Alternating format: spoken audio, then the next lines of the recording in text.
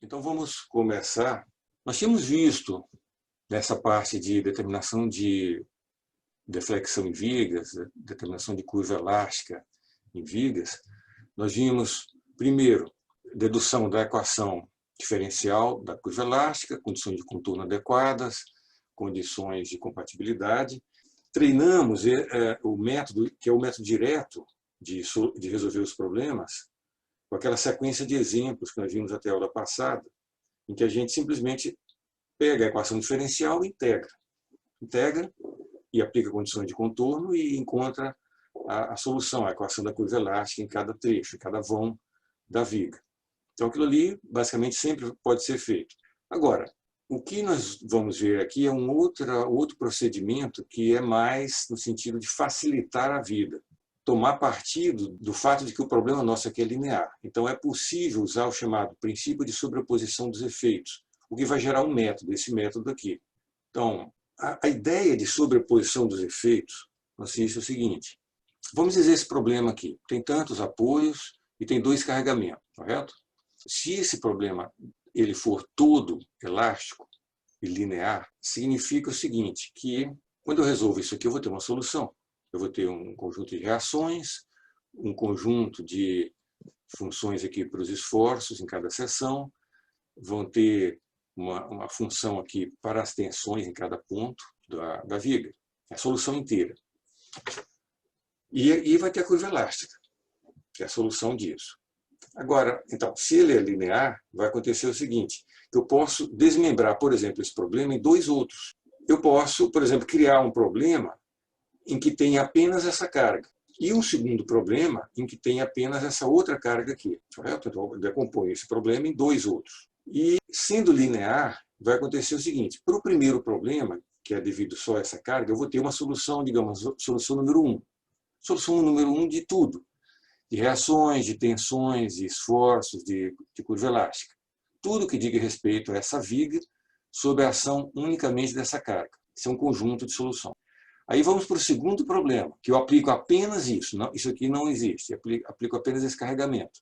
Aí eu vou ter um segundo conjunto de solução. Um segundo conjunto de reações, de esforços, de tensões, de deflexões. Ok, então eu tenho duas soluções. O problema sendo elástico significa que eu posso simplesmente sobrepor as soluções. Se eu agora vou tratar desse problema, dessa viga, que tem simultaneamente esse carregamento e esse, a solução desse problema será obtida simplesmente como a soma das duas soluções, do primeiro e do segundo problema. Entendido isso? Isso é o cerne da coisa. Quer dizer, o primeiro problema tinha um conjunto de reações, o segundo problema outro conjunto de reações. Se eu aplico os dois carregamentos, eu vou ter as reações serão a soma das reações dos dois problemas. E assim por diante. Se eu tiver uma curva elástica aqui, uma equação, eu somo as outras duas equações de curva elástica, e assim por diante, tudo. E vocês já devem ter se deparado com essa ideia, mas tem que estar claro que isso vale unicamente em problemas completamente lineares.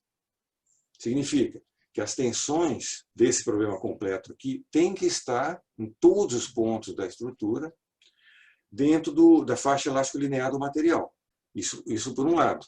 Por outro lado, as deflexões têm que serem pequenas o suficiente para que o problema seja linear. Se a deflexão começar a ser grande demais, aí você já tem uma situação de não linearidade mais na resposta. Mas, então, vamos ficar aqui nessa situação de linearidade. Uma das utilizações que tem, por que isso aqui eu falei que é um procedimento que visa facilitar a vida? Porque acontece muitas vezes que você tem um problema com vários carregamentos, mas que se você decompõe em vários problemas, cada um com carregamento então mais simples, esse problema mais simples, ele vai ser mais simples de ser resolvido, ou muitas vezes, inclusive, essa solução já existe pronta em algum lugar, correto? Então, muitas vezes, em vez de você tentar resolver um problema desse inteiro aqui, com 3 vãos, etc., etc., você pode encontrar já pronta a solução para um carregamento e para o outro, e depois simplesmente somar as soluções, sem ter que fazer método de integração, etc. Isso acontece frequentemente. Se você, por exemplo, pega os apêndices que tem nos livros de recentes materiais, mesmo esse livro aqui, no apêndice, você vai encontrar a tabelinha com várias curvas elásticas já prontas. Podemos gastar um tempinho aqui para mostrar. Por exemplo, isso aqui é uma tabelinha que tem nesse livro e umas tabelas menores tem em outros livros também. Então, se você tem uma viga em balanço com uma força concentrada aqui, transversal, aqui tem a solução toda. Esforços, algumas reações, momento máximo, a equação da curva elástica, o deslocamento máximo, o ângulo máximo de rotação, etc. E assim vai. Uma viga em balanço com uma carga uniforme distribuída. Um problema aqui já hiperestático, uma viga, por exemplo, bem gastada com uma carga concentrada no meio. Tem a solução toda aqui. Então, se, por exemplo, eu tenho um problema desse, uma viga engastada de um lado e simplesmente apoiada do outro e tem uma força numa certa posição arbitrária aqui. A solução está aqui. Se eu tiver um problema com os mesmos apoios, em que tenha duas forças, em vez de só uma, eu não preciso resolver de novo. Eu crio dois problemas. Um em que a força está aqui, eu pego a solução. Outro problema em que a força está aqui, na posição correta, e escrevo a outra solução. Depois simplesmente somo as equações. Entendido isso? Então, aqui eu vou entrar num detalhamento maior, porque nós vamos já pegar uma situação de problemas hiperestáticos, que é uma das utilizações que tem para esse método de sobreposição. Então, como é que a gente vai tratar problema hiperestático? Nós temos aqui toda uma sequência de etapas e de coisas que eu vou descrever aqui, depois a gente vai para um exemplo. Mas essa figura aqui, ela sintetiza basicamente todo o procedimento geral de resolver isso aqui pelo método de sobreposição. Como é que nós vamos fazer? A primeira coisa que nós fazemos é contar as reações incógnitas, comparar com o número de equações de equilíbrio global. Então, por exemplo, aqui problema plano, só tem duas equações globais de equilíbrio não triviais e tem 4 reações. Então, eu conto agora quantos apoios redundantes tem, isto é, quantas reações tem, digamos, em excesso. Tem 2. O que eu vou fazer? Eu vou construir 2 mais 1, vou construir 3 problemas auxiliares, sendo que já vou elaborar esses problemas auxiliares de forma que todos eles sejam isostáticos. Como é que eu vou criar cada um desses 3 problemas? Bom, todos eles vão ter que ter os mesmos apoios, de forma que esses apoios restantes gerem um problema isostático. E o procedimento vai ser, se eu tenho 2 reações redundantes em excesso, eu vou remover 2 apoios desse problema aqui. Eu posso remover qualquer 2 apoios aqui. A e B, A e C, B, C, C, D, qualquer combinação de 2 apoios aqui eu removo. Então, vai sobrar 2. No caso aqui, por qualquer motivo, eu escolhi de remover os apoios B e C. Então, então sobraram apenas os apoios A e D, que é o que está nesses 3 problemas aqui. Esses 3 problemas têm os mesmos apoios, são isostáticos, e aí agora eu vou identificar os carregamentos sobre esses problemas. Então, o que eu vou chamar de problema 0, problema 1 e problema 2. O problema 0 vai ser o carregamento original. O problema 1, o carregamento vai ser exclusivamente, não vai ter esse carregamento original, nesse problema 1 e 2. No problema 1, eu terei uma força aplicada exatamente na posição onde havia um apoio, um dos apoios que eu removi. Eu removi o apoio B, digamos assim, eu substituo essa reação por uma força F1, ou FB. O problema 2, auxiliar, que é o 3 do conjunto, eu vou aplicar uma outra força, F2, na posição do outro apoio que eu removi. Essas forças F1 e F2 são incógnitas, são desconhecidas. Daí, o que eu vou fazer? Esses problemas aqui são isostáticos. Se tiver sorte, você nem precisa resolver cada um deles. Muitas vezes você vai já pegar daquela tabela pronta. Mas o fato é, você vai procurar a equação da curva elástica de cada um deles. Nem a equação inteira da curva elástica. Você vai pegar e descobrir qual o deslocamento na seção B, na seção de um dos apoios removidos, e na seção do outro apoio removido, então na seção B e C, você vai procurar o deslocamento, os dois deslocamentos aqui, desse problema 0. Depois você vai procurar o deslocamento em B e C do problema 1 e vai procurar o deslocamento em B e C do problema 2. Você vai ter os deslocamentos em B e C dos 3 problemas. Aí o que nós vamos fazer? Nós vamos somar somar o deslocamento em B dos 3 problemas e somar o deslocamento em C dos 3 problemas. Só que a gente quer simular, nós queremos fazer com que a soma dessas 3 soluções replique a solução desse problema aqui. Só que esse problema aqui ele se caracteriza por ter deslocamento nulo aqui, né? E aqui, correto? Então o que eu vou fazer? Quando eu somar os deslocamentos nos 3 problemas, eu vou simplesmente igualar a 0 o deslocamento em B. Com isso, eu terei 2 equações que eu posso resolver para F1 e F2. Em outras palavras, eu vou descobrir qual é os valores de força F1 e F2 que fazem com que a soma desses 3 deslocamentos aqui dê 0 aqui e ali. Eu vou fazer invertido o problema. Eu já sei o deslocamento aqui, tem que ser 0.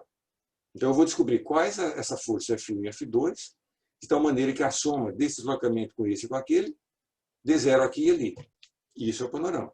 Quando eu descobrir esse F1 e F2, automaticamente esses 2 valores serão as 2 reações, RB e RC. Pronto. Tinha 4 reações incógnitas. 2 delas eu acabei de achar. As outras 2 eu posso encontrar por equilíbrio global, usando aquelas minhas 2 únicas equações globais de equilíbrio que eu tenho. Eu tiro essas 2 reações aqui. A partir daí, o problema, digamos assim, ele já foi hiperestático, mas não interessa mais, você já conhece todas as reações. A partir daí, se você quiser a continuidade da resolução do problema, pode ser feito do jeito que você quiser. Por exemplo, se você quiser achar os esforços aqui, usando o método das seções, fácil. Só usa o método das seções, faz um corte aqui, toma o lado esquerdo, isso aqui é conhecido, você vai ter a equação do momento válida em todo esse trecho aqui. Você quer a equação do momento aqui, a mesma coisa ali. Você quer achar a curva elástica, pode pegar esses momentos, aplicar naquela equação da curva elástica diferencial de segunda ordem, integra, aplica condições de contorno e você vai ter a curva elástica em cada vão. Percebe? A partir do momento que eu conheci as reações, não interessa mais que o problema era hiperestático. Esse é um procedimento. Outro procedimento mais simples é assim, se você já tiver tabelado as soluções para isso aqui, esses 3 problemas, se eu já tiver, por exemplo, os esforços aqui, aqui e aqui, é só somar os 3. Eu vou ter os esforços aqui, as equações. Se eu quiser a equação, se eu somar a curva elástica daqui, aqui e aqui, eu vou ter a curva elástica ali. Basta que eu use o valor correto de F1 e F2, certo? Isso no texto está bem explicado, etapa 1, etapa 2, etc. Até a etapa tem uma dezena de etapas nisso aí, que eu acabei de falar aqui. Tem várias etapas. Não acaba nunca. Mas a ideia é essa. Depois que você pega o jeito disso aqui, é divertido, não é para ser complicado. Ele pode ser cheio de detalhes, né? Você tem que tomar cuidado com os detalhes, como tudo que a gente faz aqui nessa área. Mas a ideia da coisa geralmente não é complicada, não. Então, vamos aplicar essa coisa toda nesse exemplo. Então, o que eu tenho? Eu tenho esse problema aqui, que é hiperestático, engaste de um lado, apoio simples do outro, carga uniforme em cima. Quantas reações tem? 1, 2, 3. Sobra uma. Então, basta que eu remova um apoio. Essa palavra apoio aqui eu estou usando de uma maneira um pouco mais generalizada. Isso aqui eu estou considerando que são 2 apoios. Um apoio seria uma coisa que restringe apenas um movimento de corpo rígido. Um movimento, um grau de liberdade. Pode ser um apoio que restringe deslocamento transversal V, ou axial U, ou transversal em Z, ou uma rotação em X ou Y ou Z. Então aqui eu poderia ter removido a restrição de rotação, então isso aqui viraria um apoio simples, viraria um problema auxiliar biapoiado, correto? Ou eu poderia ter removido essa restrição transversal aqui. Então viraria um apoio deslizante aqui e apoiado ali. O que eu fiz foi tirar esse apoio B aqui, que é mais fácil de desenhar e dá na mesma, correto? Então isso aqui eu criei um problema auxiliar isostático, que ele é a viga em balanço. Só tem um engaste aqui. Então, como tem uma reação sobrando, digamos assim, basta que eu remova um apoio e crio dois problemas auxiliares. O problema 0 e o problema 1. O problema 0 eu aplico o carregamento original. No problema 1, eu vou aplicar uma força na mesma orientação e direção e sentido daquela reação que eu suprimi com aquele apoio, quando eu suprimi o apoio. Então, eu vou aplicar uma força FB aqui, nesse segundo problema. Feito isso, o que nós vamos fazer? Resolver os dois problemas. Acontece que esses dois problemas, como eu comentei agora há pouco, eles já existem, eles já estão resolvidos. Basta a gente ir lá naquele apêndice, no apêndice do livro que vocês tiverem, esse meu livro ou outro livro. Deixa eu ver só uma coisa aqui, qual é o caso aqui? Dois problemas auxiliares. Então, coincide exatamente com, vamos ver esse caso aqui, olha, o caso 13. Viga em balanço. O problema auxiliar 0 é esse aqui, então eu capturo, já tenho inclusive aqui uma expressão para a carga, para o deslocamento máximo, em função da carga distribuída. O outro problema, que é esse problema aqui, que é a força concentrada, ele também está aqui, é o mais famoso que tem. Já tem aqui uma expressãozinha para o deslocamento máximo, em termos da força transversal. Eu trago isso para cá, entendido? Então, aqui as duas soluções. Para a carga distribuída, eu tenho isso. Eu tive que colocar um sinal aqui, porque lá naquela tabela, o positivo da carga é para cima, é no sentido positivo de Y. Aqui a carga está para baixo. E esse deslocamento aqui, é previsível que seja para baixo. Então, ele vai ser negativo quando esse Q for positivo. Para esse outro problema, essa aqui é o deslocamento, naquele mesma seção do apoio removido. O que eu faço? Escrevo a equação de compatibilidade. Eu vou ter que o deslocamento em B desse problema original vai ser a soma desse aqui, desse VB, com aquele VB ali. Isso aqui. Soma desses dois. Só que eu já sei que no problema original, o deslocamento tem que ser 0. Eu ponho 0 aqui. Pronto. Então, dessa igualdade aqui, eu somando isso com isso igual a 0, eu vou tirar o quê? FB. Entenderam? Está aqui a expressão para FB, que fisicamente é a reação em B, que é, simplificando a soma disso aqui, vai dar essa expressão aí. Entenderam? A partir daí, seus problemas acabaram, que nem diz naquela propaganda. Acabou. Podemos ir para casa, digamos, se já não tivesse todo mundo em casa, né? Mas agora a gente tem as opções do que você quer fazer pela frente. Aquela dificuldade do problema ser hiperestático, você não saber achar as reações, já está resolvido. Porque estava faltando uma reação, você acabou de encontrar uma. Então, o que falta são outras duas. São essas duas aqui. Aí você pode usar, por exemplo, equilíbrio global, desse problema original. Está aqui as duas, somatório de força em Y, momento em relação a Z, momento Z em relação a A. Faz isso aqui, resolve, você tem as duas reações em A. Pronto, o mais isso, tem todas as reações. Aí podemos passar para frente. Se a gente quer Aliás, aqui teria outra opção também, né? Sem eu usar isso aqui, eu posso ir lá naquela tabela e capturar diretamente essa reação aqui, por exemplo, essa aqui, somar com essa, vai dar essa reação aqui.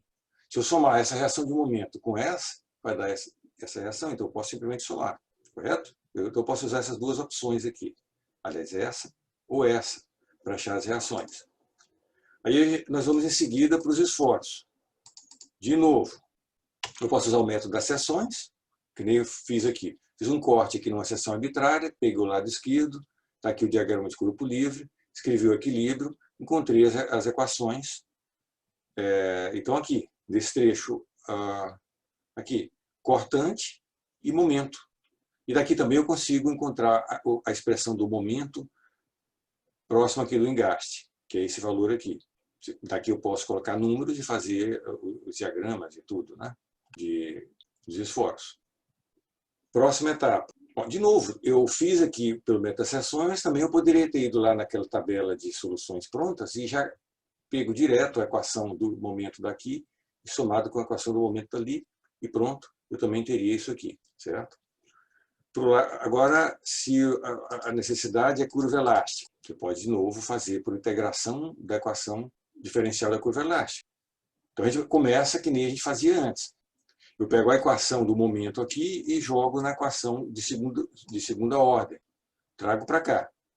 Integro uma vez, integro outra, duas constantes, indico as condições de contorno de deslocamento, né? Então, nós vamos ter aqui que o deslocamento em zero é zero, o deslocamento em L também é zero, e com isso você tem duas constantes aqui. Trazendo as constantes, você tem a expressão final para a curva elástica. Colocando os números aí do enunciado, você tem essa função aqui em vermelho, que é o deslocamento V. Você pode ver que isso aqui era a derivada automaticamente é para ser zero aqui, x igual a zero, o deslocamento é zero aqui e zero ali. Essa equação do momento ela fica plotada com esse formato aqui.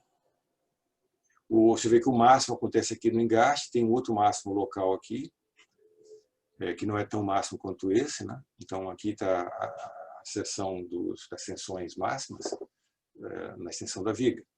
E aí você poderia também fazer todo aquele outro procedimento de identificar qual o valor do momento máximo, qual o valor do deslocamento máximo, e etc. Qual o valor do θ máximo, que deve acontecer por aqui ou por aqui, né? Talvez por aqui. E aí você tem a solução completa do problema que você vai precisar para fazer o projeto, ou análise de segurança da viga. Outro procedimento aqui que a gente pode usar para encontrar essa curva elástica, como sempre, em vez de integrar a equação diferencial, a gente pode simplesmente também usar a sobreposição. Como eu tinha comentado, a gente vai lá na tabela, pega a solução, a curva elástica do problema auxiliar 0 e do problema auxiliar 1, está pronta lá, soma e pronto. E você vai ter aquilo lá que a gente acabou de encontrar. Os máximos não, aí o máximo você não pode tirar daqui e daqui, porque o máximo aqui não acontece na mesma seção do máximo daqui. Então você vai ter que realmente pegar a solução final do problema original para encontrar os máximos. Então, com isso, a gente termina esses dois métodos. Então, vamos continuar aqui. Isso aqui é um método muito tradicional que também serve para facilitar a vida das pessoas. Ele é bastante tradicional, serve, inclusive, é o que era usado bastante em engenharia de sistemas, quando você tem componentes de diversos tipos unidos, tá? Desde componentes de grande porte, como vasos de pressão, com estrados, com tubulações, com vários tipos de coisas conectadas, né? A gente pode chamar, muitas vezes chamado realmente método de multicorpos. A ideia é que você pega um sistema, vamos dizer uma coisa simples como essa, uma viga aqui engastada e balanço, uma outra, um outro componente entre elas, digamos uma mola, uma força aplicada em algum lugar. Então, a ideia desse método é você pega e subdivide esse sistema, esse conjunto, em partes que sejam mais simples, em que a geometria seja simples, em que o comportamento seja simples e em que a resposta seja mais simples de ser identificada. E você faz diagrama de corpo livre. Como? Você identifica em cada uma dessas partes, o carregamento é constituído não só por forças externas, mas pelas forças que a outra parte aplica naquela primeira parte ali. Então, por exemplo, vamos ver esse exemplo aqui, esse caso, né, que nós estamos vendo aqui na figura. A gente separa isso aqui, então, nas duas vigas e na mola. Então, são 3 corpos. Você faz uma identificação das forças internas entre um corpo e outro. Então, sempre vão aparecer ação e reação. E você identifica também a parte cinemática, o deslocamento que ocorre em cada um desses pontos de contato entre um corpo e outro. Aqui na figurinha vai ficar mais simples de entender o que eu estou falando. Então, se eu pegar, veja só, é como se fosse, até certo ponto, usar o método das seções. Se eu faço um corte aqui passando por B, eu posso tomar o lado esquerdo, né? Vai ficar essa viga aqui, com o apoio que ela já tinha, e aí eu posso aplicar forças externas que já estejam sendo aplicadas sobre ela. Só que, no momento em que eu fiz um corte aqui através de B, fica atuando também forças provenientes, por qualquer motivo, do resto da estrutura, que eu vou poder chamar aqui de uma força que eu chamei de FM, uma força que a mola provoca nesse ponto. De todo jeito, esse ponto B de contato aqui, onde foi feito o corte, ele vai sofrer um deslocamento transversal que eu identifico. Claro que eu não sei o valor disso nem daquilo, mas eu identifico eles aqui nesse diagrama de corpo livre. Para esse outro componente, eu posso fazer um corte ali em C, faço o diagrama de corpo livre aqui, indico as reações. A única força que tem, não tem uma força externa ao sistema aplicada, mas eu vou ter uma força interna que é causada pela mola, que eu vou indicar como FM aqui também. E esse ponto sofre uma deflexão VC, também incógnito. Quando a gente vem aqui para a mola, a gente pode imaginar que a mola, a princípio, ela pode sofrer uma translação e um alongamento. Outra maneira de você ver aqui, o ponto B da mola vai sofrer um deslocamento, mas só que esse deslocamento você já pode saber que é o mesmo deslocamento sofrido pela extremidade B da viga, né? Então eu não preciso criar uma nova variável. Eu já sei que se isso aqui eu batizei de VB, isso aqui também tem que ser VB. Se eu batizei isso aqui de VC, isso aqui também é VC. A diferença de VC com VB, claramente, é o alongamento da mola. Aí a gente passa para a fase seguinte. Então, nessa fase, a gente decompôs em corpos e fizemos diagrama de corpo livre de cada um deles, indicando a parte de forças e a parte cinemática. Aí a gente vai para a fase seguinte, que é o quê? Resolver cada um dos três problemas. Então, quando você faz isso, é porque geralmente cada um dos problemas ele é simples o suficiente para que você consiga resolver. Então, observa. Esse problema aqui é muito simples, né? Nós acabamos de ver, que até na tabela já pronta. É uma viga engastada aqui, livre e com uma força concentrada na extremidade. Que força é? É a diferença entre F menos FM, que é a força resultante que atua nessa viga aqui. O deslocamento, esse VB aqui, está aqui. É só eu pegar lá do apêndice. Eu pego aqui do apêndice, justamente esse caso 1 aqui.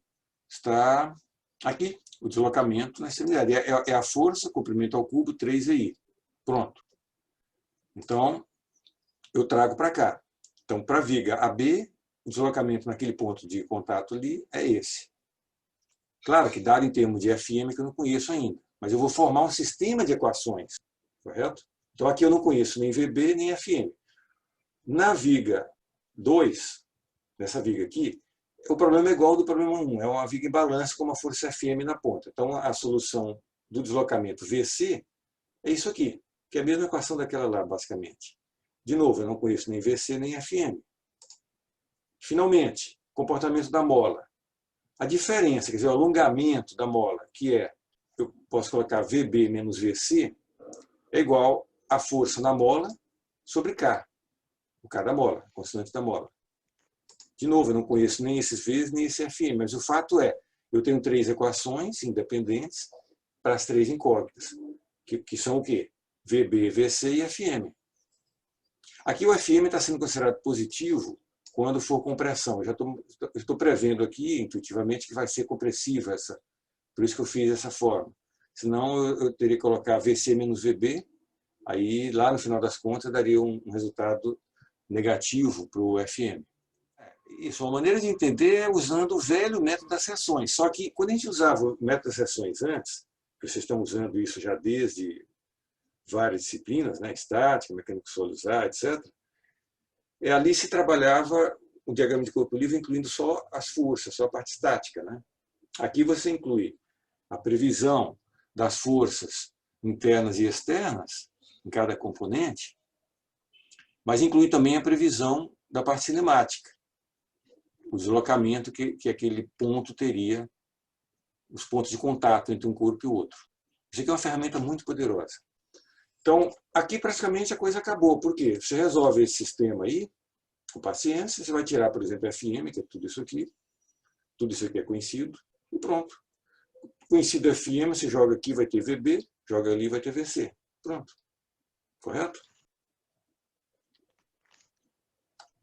É isso.